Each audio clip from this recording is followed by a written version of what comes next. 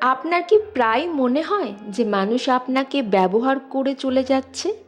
আপনি কি নিজের অলসতার কারণে বারবার পিছিয়ে পড়ছেন?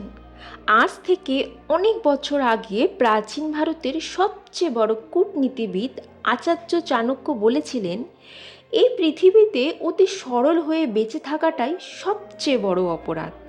সোজা গাছকে মানুষ যেমন সবার আগে কাটে, তেমনি সরল মানুষকে এই সমাজ সবার আগে ধোঁকা দেয়। আজ চাণক্যের এমন 3টি কঠোর নীতি জানবো যা আপনার জীবনকে সম্পূর্ণ বদলে দেবে। নাম্বার 1, নিজের দুর্বলতা কখনো কাউকে বলবেন না। চাণক্য বলেছেন, সাপ যদি বিষাক্ত নাও হয় তবুও তার এমন ভাব করা উচিত যেন সে ভীষণ বিষাক্ত।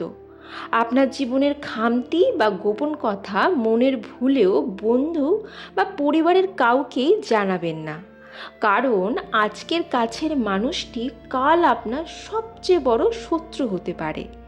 নাম্বার 2, অলসতাকে নিজের শত্রু বানান। চাণক্য নীতির একটি বিখ্যাত কথা হলো যে মানুষ আজকের কাজ কালকের উপর ছেড়ে দেয়, লক্ষ্মী তার ঘর থেকে বিদায় নেন। অলসতা হলো একটা চোরা বলি, আপনি যত আরাম করবেন ততই এর ভেতরে তলিয়ে যাবেন। নাম্বার 3, অতীত নিয়ে আফসোস করা বন্ধ করুন।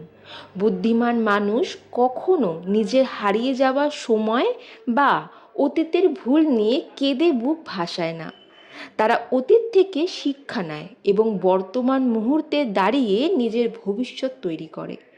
শত্রু যতই শক্তিশালী হোক না কেন, আপনার ডিসিপ্লিন বা শৃঙ্খলা যদি কঠোর হয় তবে তাকে হারানো অসম্ভব। নিজেকে এতটা সস্তা বানাবেন না যাতে যে কেউ এসে আপনার অনুভূতি নিয়ে খেলা করতে পারে। শান্ত থাকুন, নিজের লক্ষ্য স্থির রাখুন এবং চাণক্যের মতো চতুর ও কঠোর হয়ে নিজের স্বপ্ন পূরণের দিকে এগিয়ে যান।